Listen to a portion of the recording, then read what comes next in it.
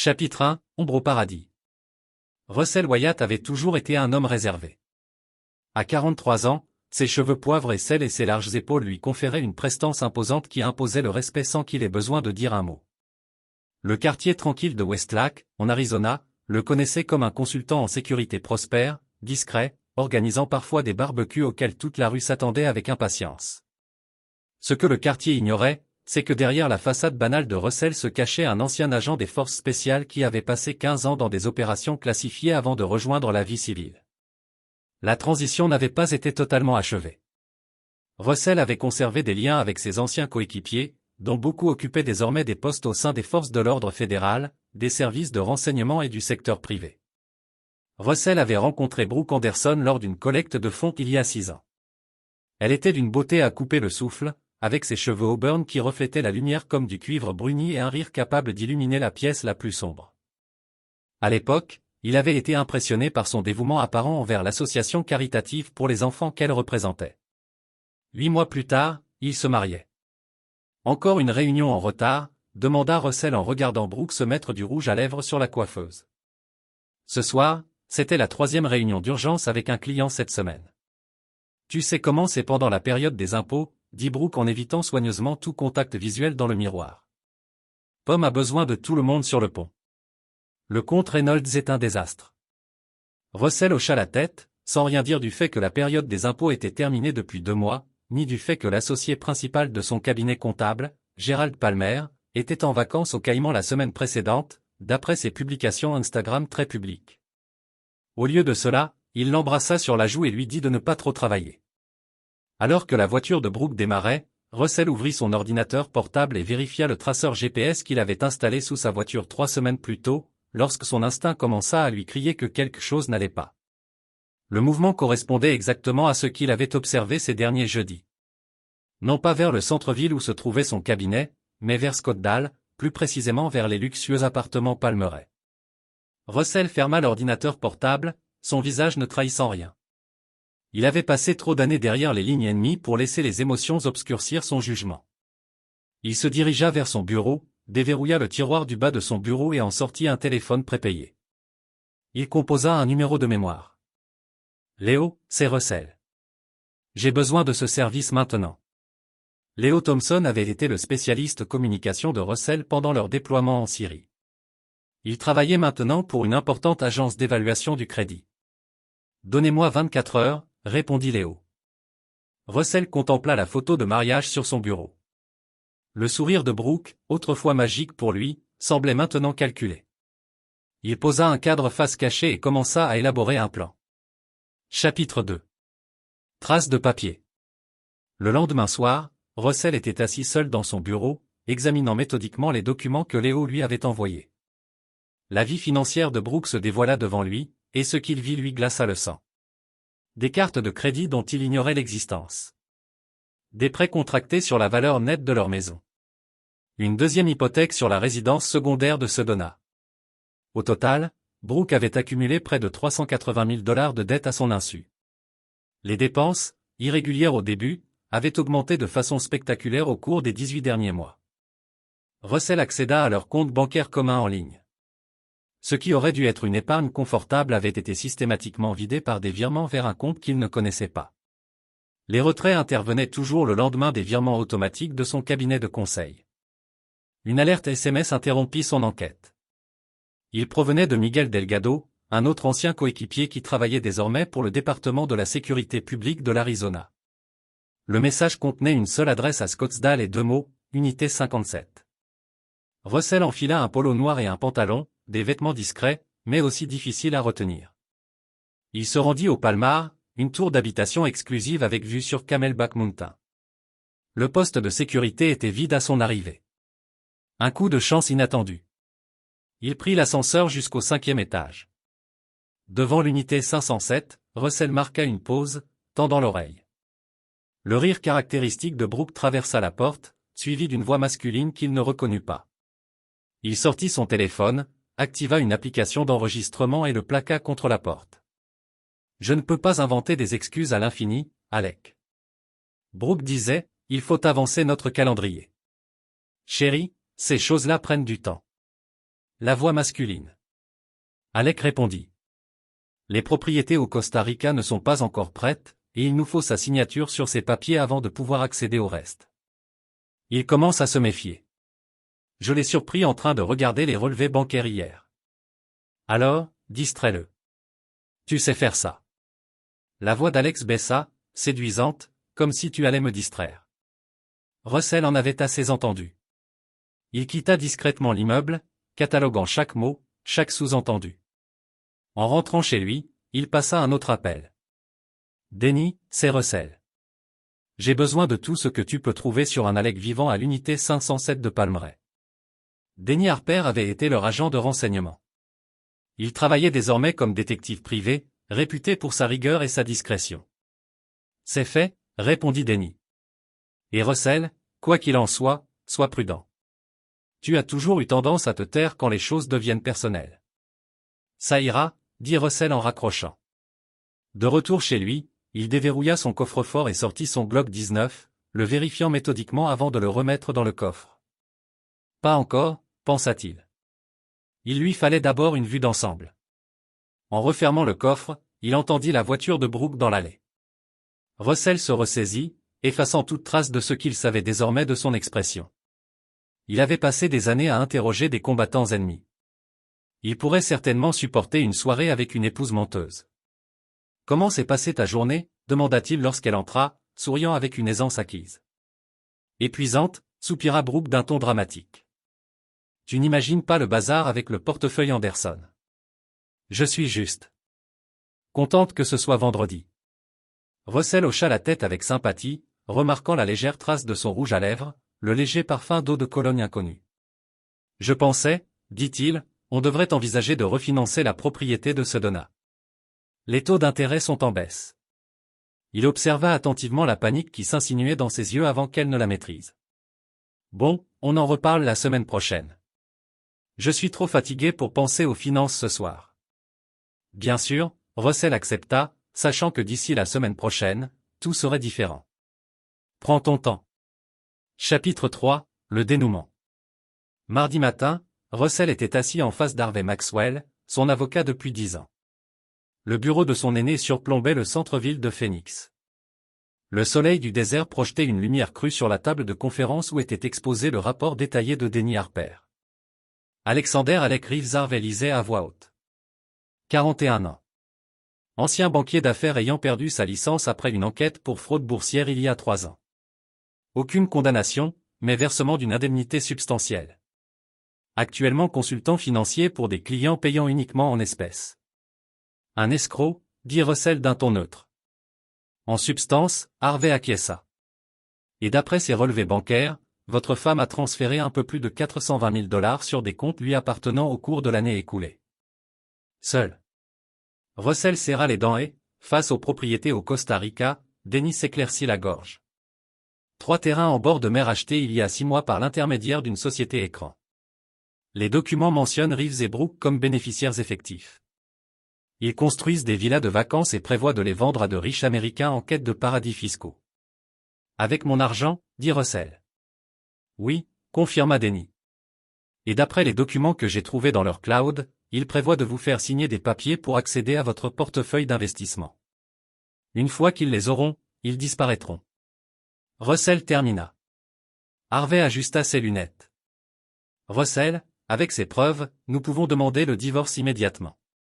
Fraude sur le site, infidélité. Non, le coupa Russell. Un divorce signifie qu'elle obtient la moitié de tout malgré la fraude. C'est inacceptable. Que comptez-vous faire exactement ? Demanda Harvey prudemment. Russell se dirigea vers la fenêtre. Je vais la confronter demain.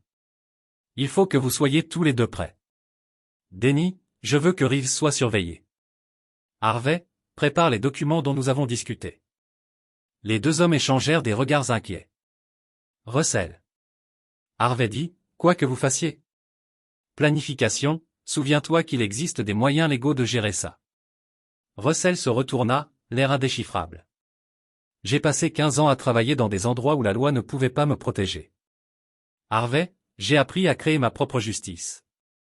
Tu regardes sa montre. Je vous appellerai tous les deux demain soir. Alors que Russell quittait le bureau, son téléphone vibra, un SMS de Brooke lui parvint. Il faut qu'on discute de quelque chose d'important ce soir. Tu prépares ton dîner préféré. Le timing était parfait, pensa-t-il. Elle passait à l'action. Ce soir-là, Russell rentra chez lui et trouva Brooke dans la cuisine, une bouteille de son bourbon préféré ouverte sur le comptoir. La table de la salle à manger était dressée avec leurs plus belles bougies en porcelaine déjà allumées. Ça a l'air spécial, commenta-t-il en acceptant le verre qu'elle lui tendit. Je nous ai négligés ces derniers temps, dit Brooke, ses doigts s'attardant sur les siens en lui passant le verre. Le travail a été si exigeant. Je pensais que nous méritions une bonne soirée ensemble. Tout au long du dîner, Brooke était attentive, riant de ses histoires, lui touchant fréquemment la main. Lorsqu'ils passèrent au salon avec leur verre, elle s'assit plus près qu'elle ne l'avait fait depuis des mois. J'y ai réfléchi, dit-elle en se blottissant contre lui sur le canapé.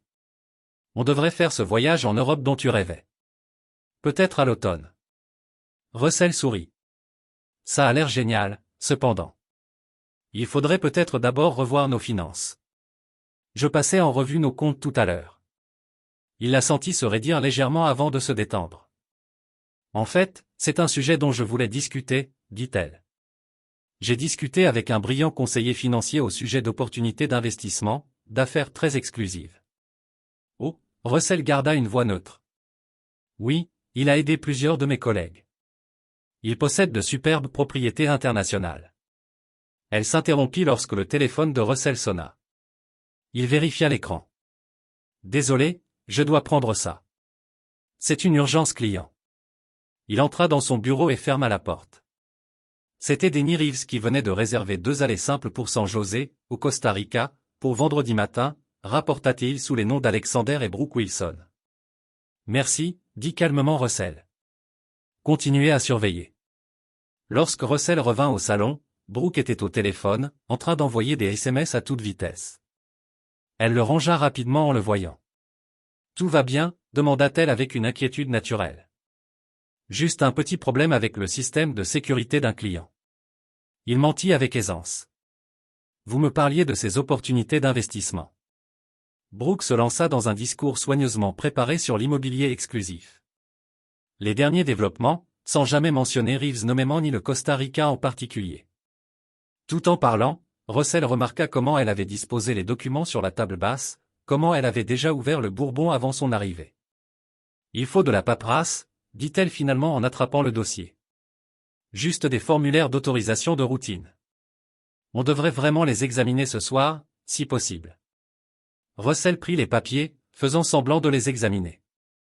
C'étaient des procurations astucieusement déguisées qui lui donneraient un accès complet à ses comptes d'investissement. Il les posa et la regarda droit dans les yeux. C'est très minutieux, dit-il. Laisse-moi dormir dessus et on pourra tout signer demain. J'aimerais les relire quand je ne serai plus un demi-bourbon Indiana.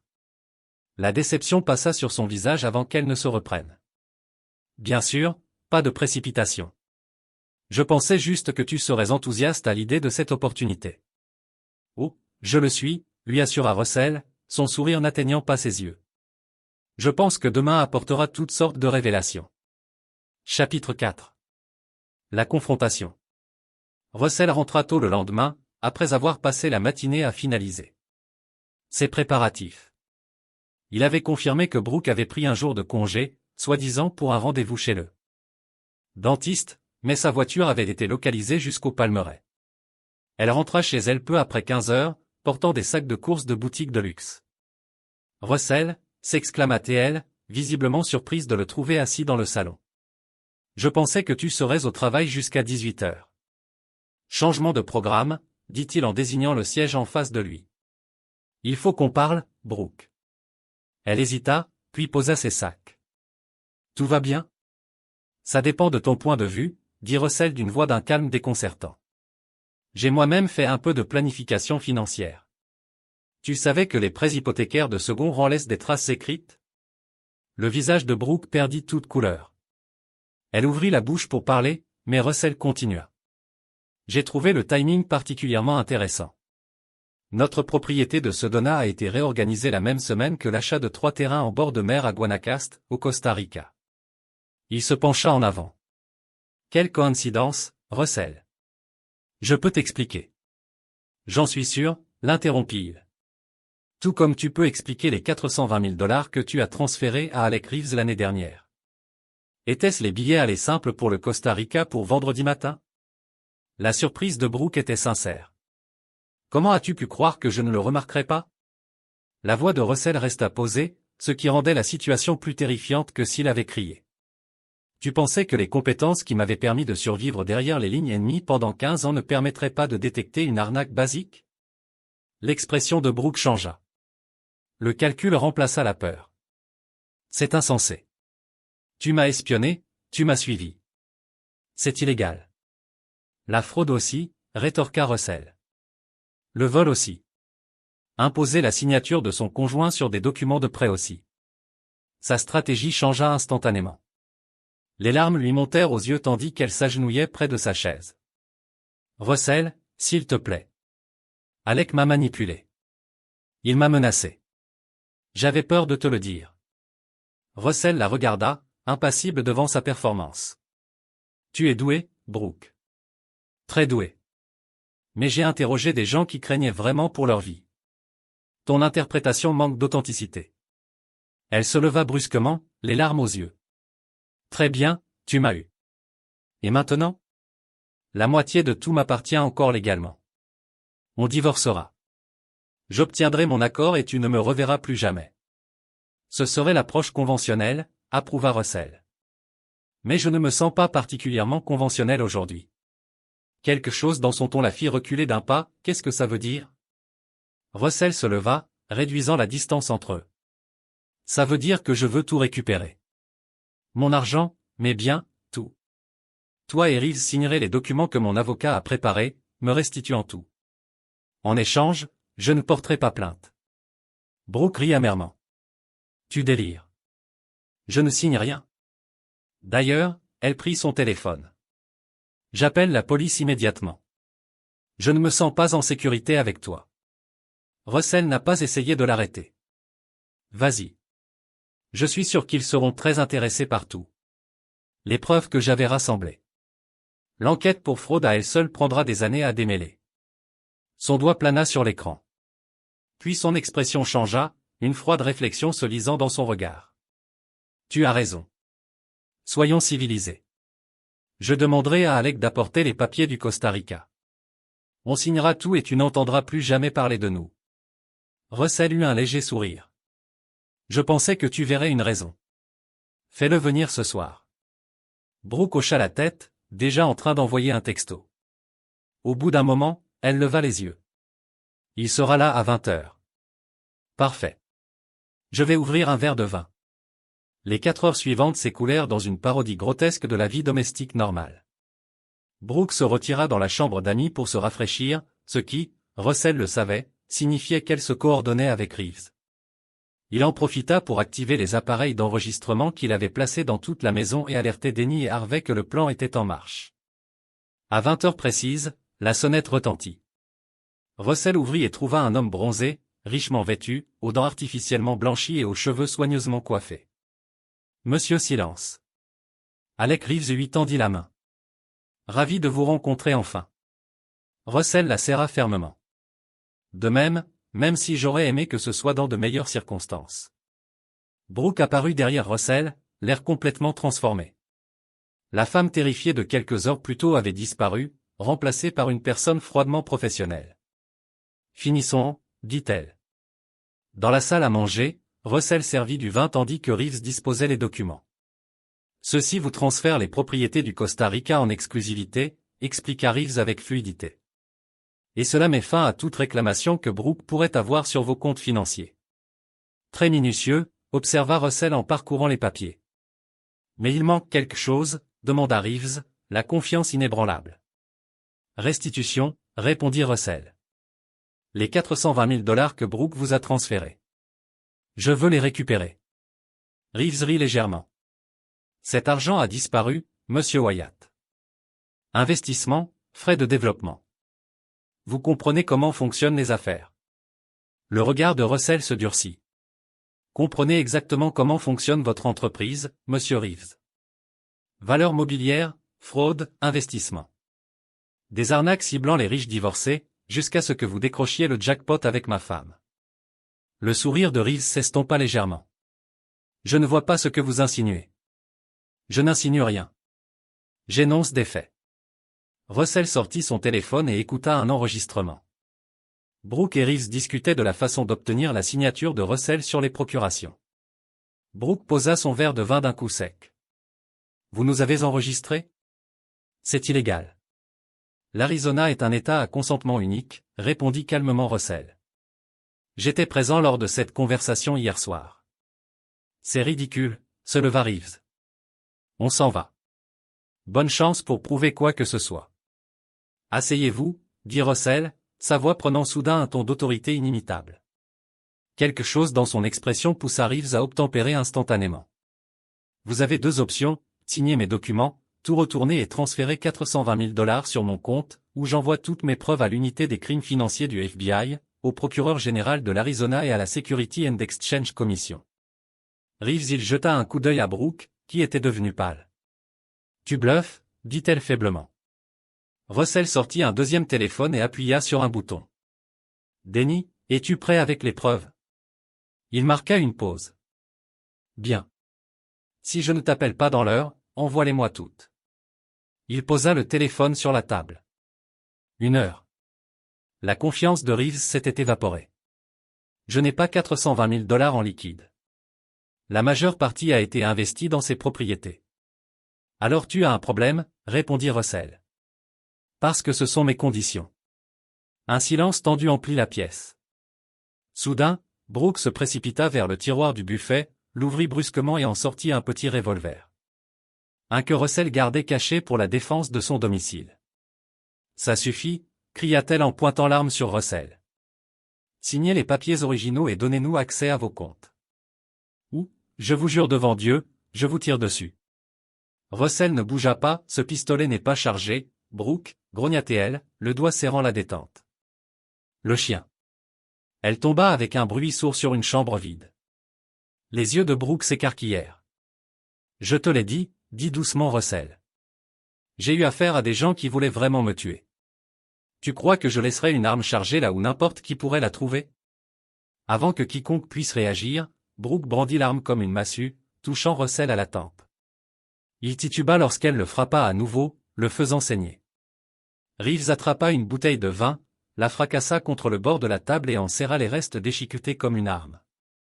Nouveau plan, siffla Brooke, serrant toujours l'arme. On part et tu ne vas pas nous suivre. Si tu essaies quoi que ce soit, je dirai à la police que tu m'as agressé. Qui crois-tu qu'ils croiront?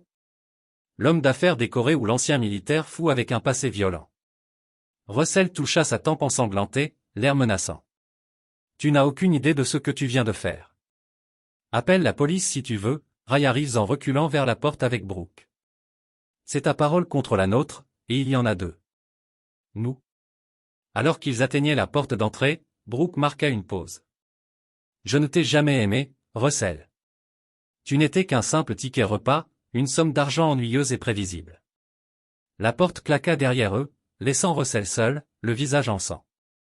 Il se dirigea calmement vers la cuisine, pressant une serviette sur sa blessure tout en décrochant son téléphone. Denny, il court. Exécutons le plan B. Chapitre 5, l'arrestation. 2 heures plus tard, Russell était assis dans la lumière crue d'une salle d'interrogatoire du département de police de Scottsdale. Sa blessure à la tête avait été nettoyée et bandée par les ambulanciers, mais ils avaient refusé sa demande de partir, insistant sur le fait qu'il devait faire une déclaration.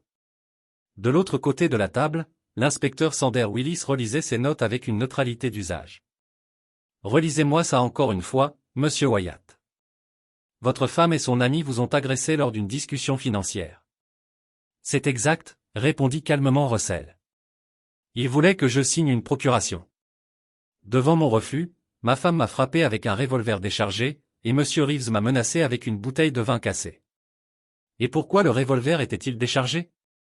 Je le garde pour la défense du domicile, mais je stocke les munitions séparément. » Willis hocha la tête, prenant des notes. Pourtant, lorsque les policiers intervinrent pour l'appel pour troubles conjugaux, ils vous trouvèrent seul à la maison avec des preuves d'une altercation, tandis que votre femme était aux urgences de l'hôpital Valley View, le visage couvert de bleu, et prétendait que vous l'aviez agressé après avoir découvert sa liaison. L'expression de Russell resta inchangée.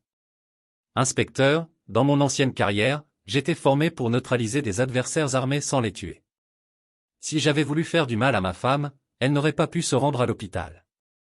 Willis l'observa longuement. Monsieur Reeves soutient la version des faits de votre femme. Je ne suis pas surpris. L'inspectrice referma son carnet. Monsieur Wyatt, j'exerce ce métier depuis 17 ans. Les situations familiales sont rarement simples, mais lorsqu'une femme se présente avec des bleus et que son mari a suivi une formation militaire. Vous allez m'inculper, a déclaré Russell. Nous vous détenons pour interrogatoire dans le cadre d'une enquête pour violence conjugale. Will est corrigé. Vous serez examiné et vous aurez la possibilité de contacter un avocat. Russell se pencha en avant. Je voudrais passer mon appel maintenant. 30 minutes plus tard, Russell était assis dans une cellule de détention provisoire, son expression ne trahissant rien tandis que les agents s'occupaient des autres détenus autour de lui. Il avait passé un seul appel, non pas à Harvey Maxwell ni à aucun autre avocat, mais à un numéro dont peu de gens connaissaient l'existence. Vers minuit, le sergent de nuit du commissariat s'est approché de sa cellule. Wyatt, vous avez 5 minutes en salle d'interrogatoire C. Russell a été escorté jusqu'à une petite pièce où attendait un capitaine de police en uniforme. Ses cheveux noirs aux mèches argentées étaient tirés en une épaisse mèche. La capitaine Teresa Valdez travaillait au service de police de Scottsdale depuis près de 30 ans et était connue pour son approche pragmatique. Je me suis fait des amis dans des endroits intéressants, Wyatt, dit-elle sans préambule. J'ai cultivé des relations dans ma carrière précédente, répondit simplement Russell. C'est ce qu'on m'a dit. Elle glissa un dossier sur la table. La déclaration de votre femme est pleine d'incohérences. Son examen médical n'a révélé que des ecchymoses défensives, compatibles avec un choc contre un objet, et non avec un coup. La déclaration de M. Reeves contredit la sienne sur plusieurs points essentiels. Sans surprise. Valdez se pencha en avant. J'ai reçu un appel du chef Richardson en personne, suivi d'un autre du directeur adjoint du bureau local du FBI à Phoenix. Tous deux m'ont suggéré d'examiner attentivement cette affaire et de vous demander de l'aide. Nous avons suivi les déplacements de votre femme grâce aux caméras de surveillance. Elle et Reeves se sont arrêtés au Palmera avant de se rendre à l'hôpital. Les images de surveillance la montrent entrer sans blessure visible et ressortir 20 minutes plus tard avec les ecchymoses qu'elle a plus tard prétendu que vous lui aviez infligées. Russell ne dit rien. Il y a plus. Valdez poursuivit, une perquisition dans leur appartement a permis de découvrir du maquillage spécialement conçu pour créer des ecchymoses réalistes, du matériel professionnel utilisé dans le cinéma. Nous avons également trouvé une bouteille de whisky portant vos empreintes digitales, probablement placée pour étayer vos allégations d'ivresse. Elle referma le dossier. Monsieur Wyatt, je ne sais pas à quoi on joue, mais il est clair que vous n'êtes pas l'agresseur. Cependant, son expression se durcit. Je m'inquiète. De la suite des événements. Le chef a mentionné votre formation spécialisée. Le capitaine Russell a dit doucement. J'apprécie votre inquiétude, mais soyez assuré que tout ce qui se passera à partir de maintenant sera parfaitement légal. Valdez l'observa un long moment. Nous vous libérons sans inculpation. L'inspecteur Willis vous rendra vos effets personnels.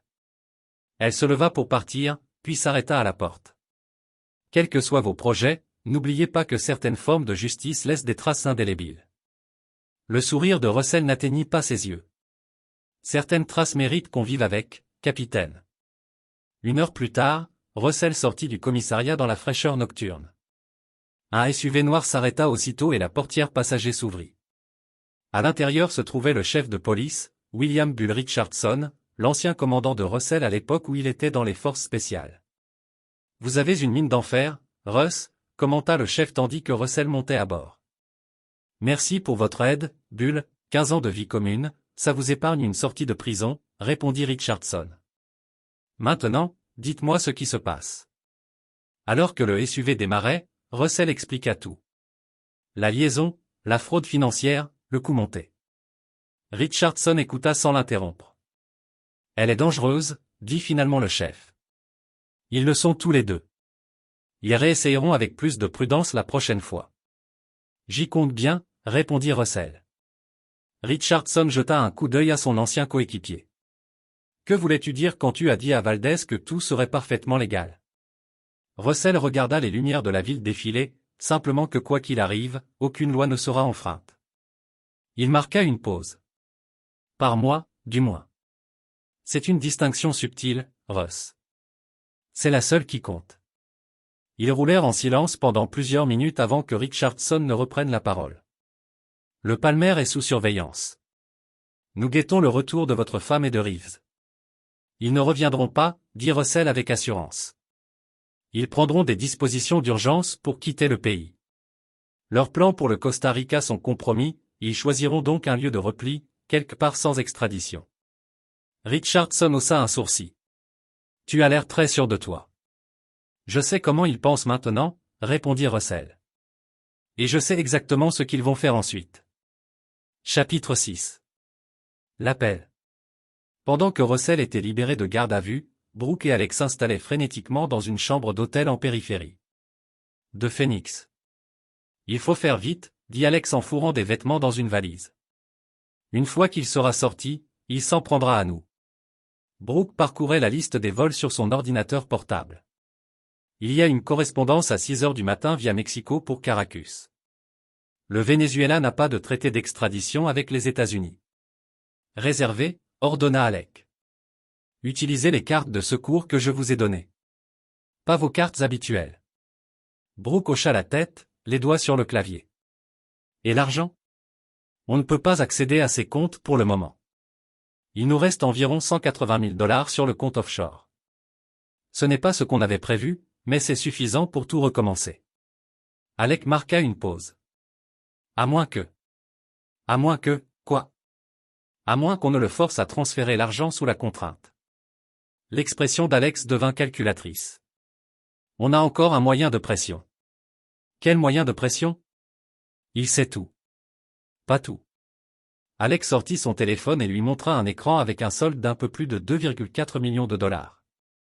Tu te souviens quand tu m'as ajouté comme utilisateur autorisé sur son compte d'investissement pour des raisons de planification successorale? Il ne m'a jamais retiré. Brooke écarquilla les yeux. J'avais oublié ça. On pourrait tout transférer tout de suite.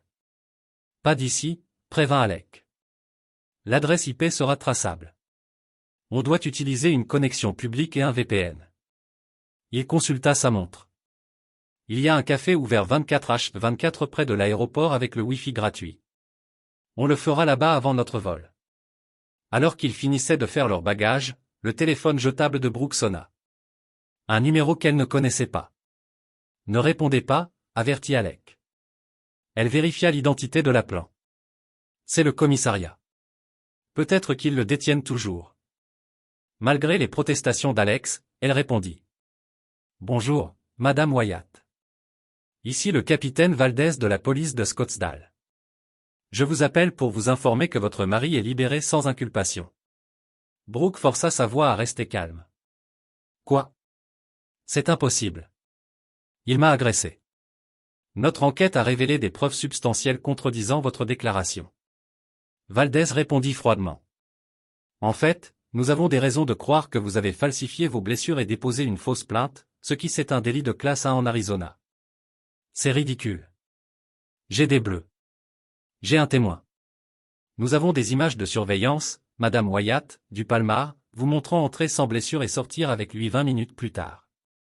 Nous avons également trouvé un maquillage de théâtre dans l'appartement de Monsieur Reeves. Brooke se tut. Nous émettons des mandats d'arrêt contre vous et Monsieur Reeves, continua Valdez.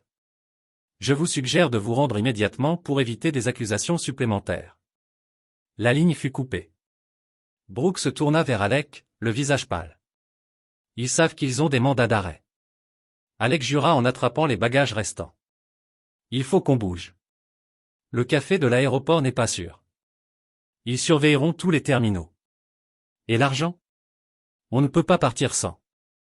Alec réfléchit rapidement. Il y a une aire de repos avec Wi-Fi près de LI-10. On s'y arrêtera, on fera la correspondance, puis on se dirigera vers Nogales. On pourra entrer au Mexique en voiture plutôt qu'en avion. Alors qu'ils se dépêchaient de leur voiture de location n'a pas remarqué le véhicule de police banalisé à 3 places de là, ni la caméra de surveillance au-dessus de l'entrée de l'hôtel qui capturait leurs moindres faits et gestes.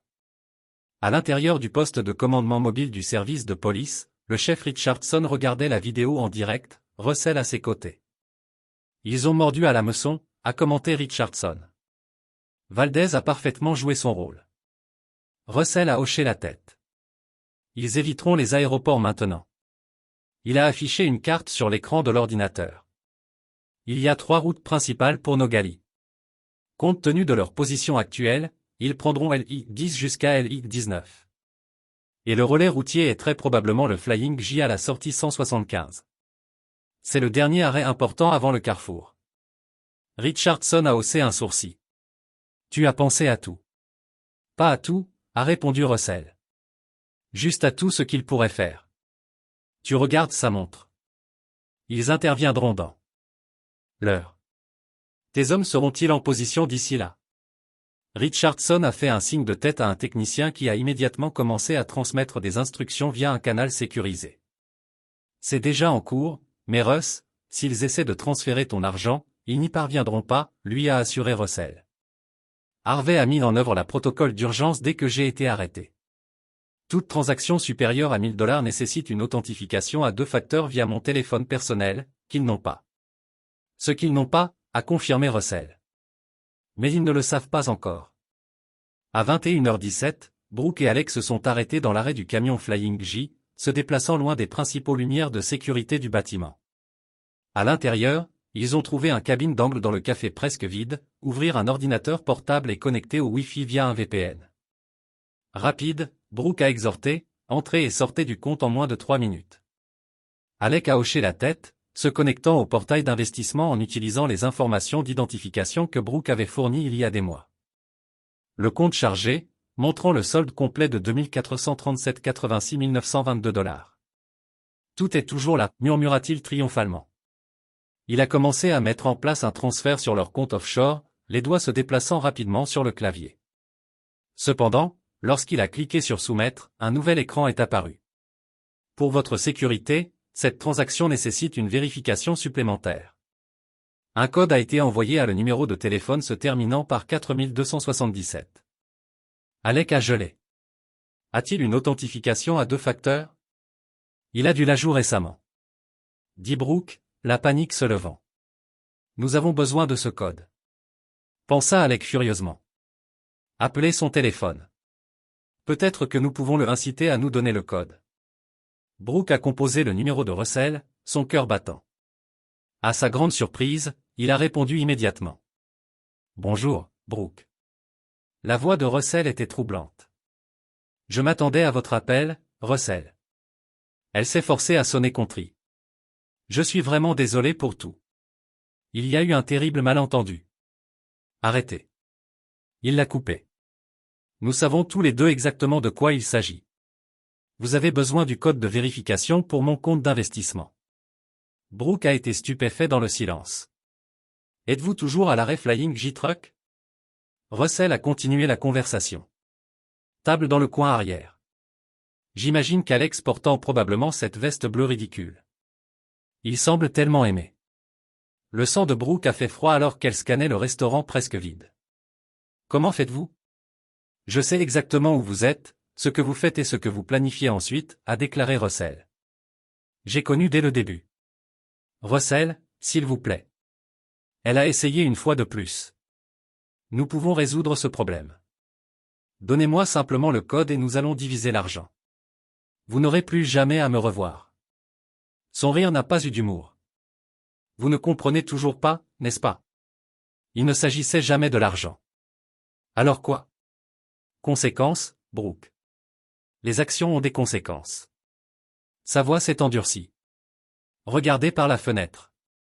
Brooke s'est tourné pour voir des véhicules de police tirant silencieusement dans le parking. La trahison, chaque mensonge vous a conduit à ce moment. Ecchymose dans la salle de bain d'Alex. Était de l'acier. J'ai passé 15 ans derrière les lignes ennemies. Pensiez-vous vraiment que je ne remarquerais pas un ennemi chez moi? À travers la fenêtre, Brooke pouvait voir des policiers s'approcher de l'entrée du restaurant. Que se passe-t-il maintenant? Demanda-t-elle, sa voix petite. Maintenant, Russell s'arrêta. Maintenant, vous faites face aux conséquences de la sous-estimation exactement avec qui vous avez affaire. Il a mis fin à l'appel alors que la police entrait dans le restaurant. Alors que Brooke et Alec étaient menottés, le téléphone du capitaine Valdez a sonné. Elle s'est écartée pour y répondre, puis s'est approchée de la paire. Il semble que votre situation soit devenue plus compliquée. Elle les a informés, le FBI vient de reprendre votre cas. Apparemment, les activités financières de M. Reeves dépassent les lignes d'État, ce qui en fait une affaire fédérale. Alors qu'ils étaient conduits à des véhicules séparés, Brooke a aperçu Russell debout dans l'ombre à travers le parking, en regardant impassiblement. Leurs yeux se sont rencontrés pendant un bref instant. À cet instant, elle a finalement compris l'ampleur de son erreur. Chapitre 7, le calcul. 3 semaines après les arrestations, Russell s'est assis dans une salle de conférence au bureau de terrain du FBI Phoenix. De l'autre côté de la table, l'agent spécial Laura Mercer a fermé un fichier épais. L'affaire contre eux est hermétique, a-t-elle confirmé. Fraude, complot, dépôt de faux rapports de police, tentative de vol. Il regarde un temps fédéral important. Et le plaidoyer négocie. Demanda Russell. Reeves se retourna immédiatement, a répondu Mercer. Typique pour son type. Il a proposé un témoignage contre votre femme en échange d'une réduction des accusations. Il servira toujours au moins 7 ans. Et Brooke, elle a été moins coopérative. Son avocat fait toujours pression pour un accord, mais l'avocat américain ne se sent pas généreux. Elle fait face à 12 à 15 ans plus la restitution. Russell hocha la tête, son expression illisible. Il y a une complication, a ajouté Mercer. Votre femme demande une réunion avec vous avant de prendre des décisions concernant un plaidoyer. Elle prétend avoir des informations que vous voudriez entendre. Quel type d'informations? Elle ne dirait pas, juste que c'est personnel et urgent. Russell le considérait. Configuration. 2 jours plus tard, Russell a été escorté dans une petite salle de réunion au centre de détention. Brooke était assis à une table en métal. La combinaison orange lavant son teint. Ses cheveux autrefois parfaits se sont repoussés en une simple queue de cheval. Sans son maquillage habituel et ses vêtements chers, elle avait l'air plus petite diminuée en quelque sorte. Vous êtes venu, a-t-elle dit alors que Russell prenait place en face d'elle. J'étais curieux de savoir ce que vous pensiez être suffisamment important pour demander cette rencontre. Brooke regarda la station de garde près de la porte. Pouvons-nous parler en privé? Russell hocha la tête vers le garde qui est sorti mais ils savaient tous les deux qu'il surveillerait la fenêtre d'observation. J'ai besoin que vous laissiez tomber les charges, a déclaré Brooke sans préambule. Les sourcils de Russell se levèrent légèrement. C'est pourquoi vous vouliez vous rencontrer pour demander la clémence. Vous ne comprenez pas. Elle se pencha de toute urgence en avant. Je ne peux pas faire 15 ans Russell. Je ne peux pas. Vous auriez dû considérer cela avant de me voler et d'essayer de me faire arrêter. Je sais que j'ai fait des erreurs. Erreurs. La voix de Russell est restée au niveau, mais ses yeux se durcissent. Vous avez systématiquement drainé nos comptes, vous aviez une affaire, prévu de voler l'intégralité de mon portefeuille d'investissement, m'a agressé, a déposé de faux rapports de police et a tenté de détruire ma réputation. Ce ne sont pas des erreurs, Brooke. Ce sont des choix. Elle s'est effondrée sur sa chaise. Que voulez-vous de moi? Des excuses? Fin. Je suis désolé. J'étais gourmand et stupide. Des excuses impliquent des remords, a observé Russell. Vous êtes juste désolé que vous ayez été pris. La façade de Brooke se fissa alors, se déchire dans ses yeux. S'il vous plaît, Russell. Je te supplie. Si jamais vous m'aimez du tout, ne le faites pas. Il l'a coupé. N'invitez pas ce que je ressentais pour vous. Vous avez détruit le moment où vous avez conspiré avec Reeves. Ils se sont assis en silence pendant un long moment. Il y a quelque chose que vous devriez savoir, Brooke a finalement dit, essuyant ses yeux. Quelque chose d'important. Elle prit une profonde inspiration. Je suis enceinte. L'expression de Russell n'a pas changé. Non, tu n'es pas. Brooke cligna des yeux de surprise. Quoi? Votre dépistage médical lorsque vous avez été traité a montré. Pas de grossesse. Russell dit calmement. Les résultats sont dans votre fichier. Ils ont fait une erreur. Brooke. La voix de Russell tenait une note de finalité. C'est fini. Tout cela. Les mensonges, la manipulation, les jeux. Ils ont fini. Vous n'avez plus rien à faire pour négocier. Son expression a changé. Ensuite, la façade vulnérable s'effondrait pour révéler la haine froide. Vous pensez que vous avez gagné, n'est-ce pas? Le parfait Russell Wyatt, toujours en contrôle, toujours à 3 pas d'avance. Il ne s'agit pas de gagner. Elle a craché. Vous appréciez cela. Vous avez tout orchestré depuis le moment où vous m'avez soupçonné. Vous nous configurez pour échouer. Russell se pencha en avant. Je vous ai donné plusieurs chances de partir. Tout ce que vous aviez à faire était de retourner ce que vous avez volé et de disparaître. Au lieu de cela, vous avez intensifié. Vous essayez de m'encadrer pour assaut parce que je savais ce que vous faites. Les hommes comme vous ne laissent pas les choses. Vous avez des rancunes. Vous tracez la vengeance. Les hommes comme moi comprennent les conséquences. Russell l'a corrigé. Chaque action a une réaction égale et opposée. Physique de base. Le rire de Brooke était amer. Et maintenant tu peux être juge, jury et bourreau. Cela vous fait-il vous sentir puissant, Russell? Me regarder pourrir en prison pendant que vous reconstruisez votre vie parfaite. Ce n'est pas une question de pouvoir, a répondu Russell, debout pour partir. Il s'agit de justice. Justice, ricana-t-elle. C'est une vengeance, pure et simple. Russell s'arrêta à la porte. La différence entre la justice et la vengeance est que la justice rétablit l'équilibre. La vengeance satisfait simplement à l'émotion. Il l'a regardé une dernière fois, et franchement, Brooke, tu ne vales plus l'émotion. Alors qu'il s'éloignait, Brooke l'appelait, ce n'est pas fini, Russell. Tu le regretteras. J'ai toujours des amis à l'extérieur. Russell n'a pas regardé en arrière. Alors que la lourde porte se refermait derrière lui, il hocha la tête vers le garde. Nous avons fini ici. En dehors du centre de détention, Denny Harper attendait par un SUV noir. Comment ça s'est passé? Demanda-t-il à l'approche de Russell. Comme on pouvait s'y attendre, Russell a répondu. Elle a tout essayé. S'il vous plaît pour la sympathie, les fausses réclamations de grossesse et enfin les menaces. Denny fronça les sourcils. Menaces? Devrions-nous nous inquiéter? Non, a déclaré Russell avec confiance. Elle saisit les pailles. Pourtant, Denny avait l'air troublé. Des gens comme Brock sont parfois des liens que nous ne connaissons pas. Peut-être que nous devrions augmenter la sécurité chez vous pendant un certain temps. Russell le considérait. Vous avez peut-être raison. Configurez-le. Il a vérifié sa montre. Maintenant, j'ai une autre réunion pour y assister. De l'autre côté de la ville d'un cabinet d'avocats haut de gamme, Harvey Maxwell a accueilli Russell avec une poignée de main ferme. Tout est préparé, a déclaré l'avocat, le conduisant à une salle de conférence où plusieurs documents attendaient la signature. Les propriétés du Costa Rica ont été transférées à votre nom, a expliqué Harvey. Les fonds que nous pourrions récupérer, environ 210 000 $, ont été retournés sur vos comptes. Le montant restant peut être récupéré par restitution dans le cadre de la procédure pénale. Russell a signé là où indiqué. Dans l'autre affaire, Harvey a produit un dossier séparé. Tous disposés comme vous l'avez demandé. Les transferts seront lancés une fois que vous aurez apporté l'approbation finale. Russell a soigneusement examiné les documents avant de signer. Exécution immédiate, Harvey. Pas de retard. Bien sûr. Harvey hésita.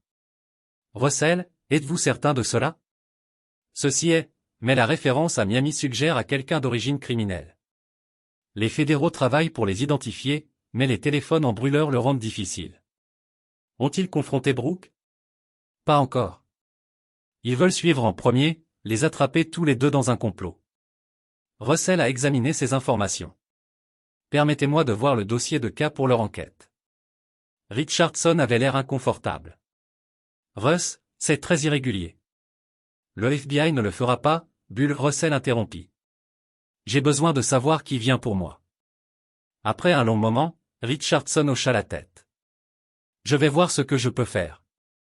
En attendant, surveillez votre dos. Alors que Russell rentrait chez lui ce soir-là, il est resté hyper conscient de son environnement, vérifiant régulièrement des histoires ou une surveillance. À son arrivée, il a fait un balayage complet de sa propriété avant d'entrer dans la maison. À l'intérieur, il est allé directement à son étude, débloquant un panneau caché derrière sa bibliothèque pour révéler un petit coffre-fort. De là, il a retiré son téléphone satellite et composé un numéro mémorisé. C'est Russell, a-t-il dit lorsque l'appel s'est connecté. J'ai besoin d'activer la chimère de protocole. La voix à l'autre bout a répondu immédiatement. Authentification requise. Sierra Echo 793 Tango. Authentification acceptée. Chimera est en direct. Paramètres. Russell a fourni les détails, les noms, les emplacements, les objectifs, la chronologie, a demandé la voix. Immédiat, a répondu Russell. Et je veux une confirmation quand c'est fait. Compris. Chimera se déroule. Russell a mis fin à l'appel, a renvoyé le téléphone au coffre-fort et a fermé le panneau. Il s'est versé 2 doigts de bourbon et a attendu. Chapitre 8. Le piège. La semaine suivante est passée tranquillement. Trop tranquillement. Denny avait installé une sécurité supplémentaire chez Russell. Caméra, capteur de mouvement, porte renforcée, mais il n'y avait pas eu d'activité suspecte. Le FBI n'avait fait aucun progrès en identifiant T et avait finalement confronté Brooke, qui a nié toute connaissance d'un succès et a affirmé qu'elle venait de se défouler. Russell n'était pas convaincu. Des gens comme Brooke n'ont pas fait de menaces inactives, surtout pas face à 15 ans dans la prison fédérale. Quelque chose allait. Il pouvait le sentir. Jeudi soir, alors que Russell travaillait dans son étude, sa ligne sécurisée a sonné. L'affichage a montré un numéro bloqué. Quoi, répondit-il. Chimère complète, a déclaré la voix de l'appel satellite. Package livré.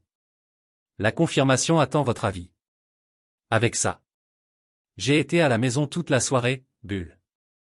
Vous pouvez vérifier mon système de sécurité. Le chef a été silencieux pendant un long moment. Cela semble trop pratique. Parfois, la justice travaille de manière inattendue, a répondu Russell. Je te parlerai demain. Le lendemain matin, Brooke avait subi une rupture complète après avoir appris la mort de Reeves. Elle avouait maintenant tout, y compris la planification de tuer Russell. Elle a nommé son contact Thomas Thibault Malone, un exécuteur basé à Miami avec des liens avec le crime organisé, qui lui devait avoir fourni un alibi dans un cas précédent. L'après-midi, le FBI avait suivi Malone dans un motel à l'extérieur de Phoenix, où ils l'ont trouvé en train de préparer des équipements de surveillance clairement destinés à surveiller la maison de Russell. L'arrestation a été propre et Malone a rapidement proposé de coopérer en échange de clémence. Russell a reçu la nouvelle de l'agent spécial Mercer elle-même qui a visité sa maison pour le mettre à jour. Vous avez beaucoup de chance, monsieur Wyatt, a-t-elle dit. Si nous ne l'avions pas attrapé seul quand nous l'avons fait. En effet, Russell a accepté. Je suis reconnaissant pour la diligence du bureau. Mercer l'a étudié avec curiosité. Toi ne semblais pas particulièrement dérangé par le fait que votre ex-femme a essayé de vous tuer. L'agent Mercer, lorsque vous avez eu des gens qui essaient activement de vous tuer dans les zones de guerre, la menace théorique se sent un peu moins immédiate. Elle acquiesça lentement. Assez juste. Malone affirme que Brooke lui a promis $50 000 pour le coup. Nous avons essayé de déterminer où elle obtiendrait ce genre d'argent lors de l'incarcération. Je suppose qu'elle a toujours des contacts que nous ne connaissons pas, a suggéré Russell.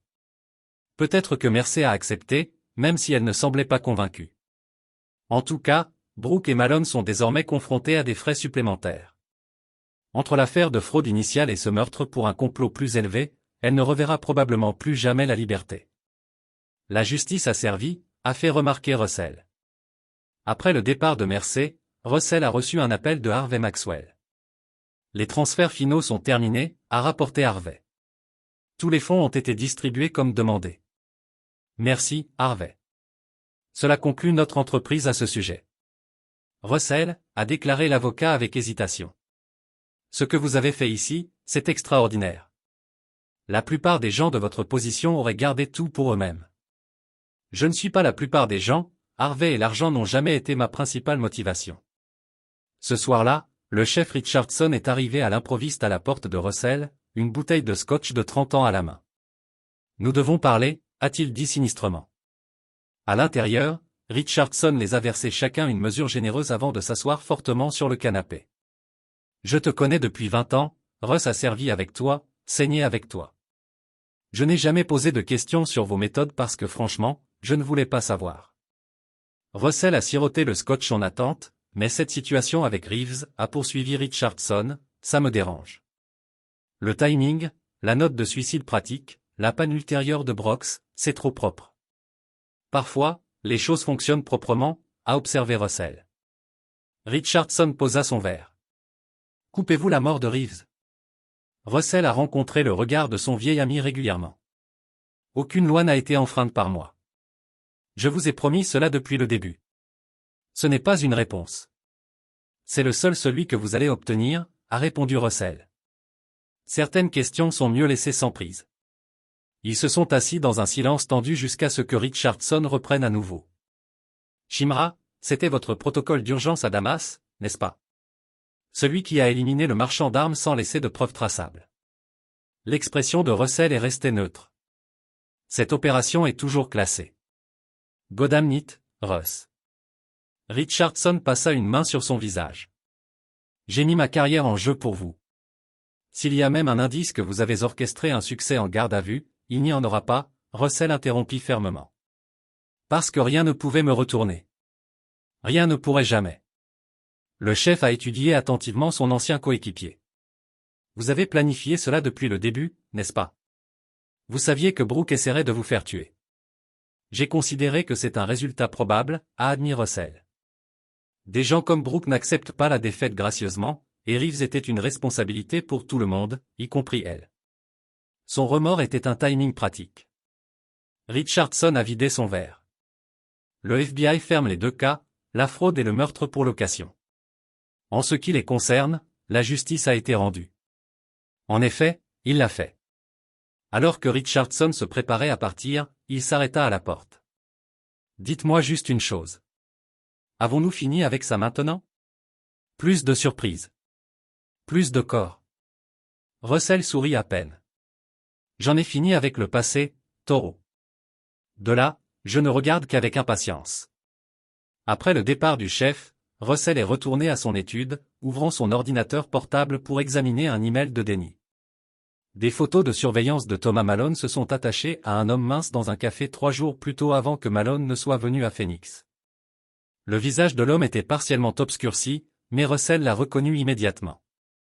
Dans les délais, il murmura, supprimant l'email. Tout s'était déroulé exactement comme il avait prévu à partir du moment où il a découvert la trahison de Brooke.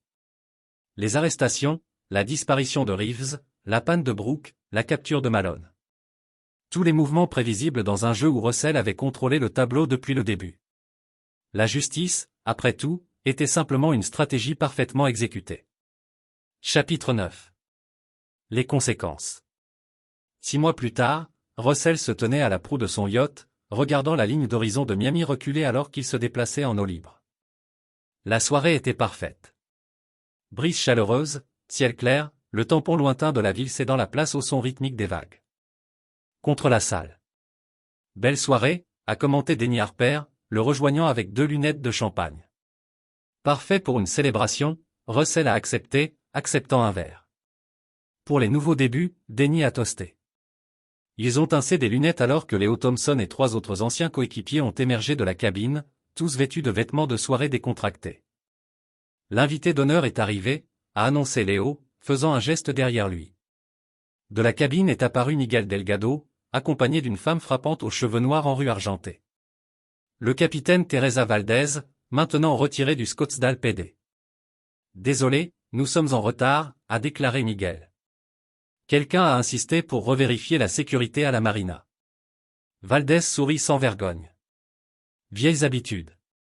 Nous ne le ferions pas autrement, lui assurait Russell, levant son verre. À Teresa, dont les instincts pour la justice correspondent à son excellence en tant qu'enquêteur, le groupe s'est fait griller alors qu'il s'installe dans le coin salon confortable.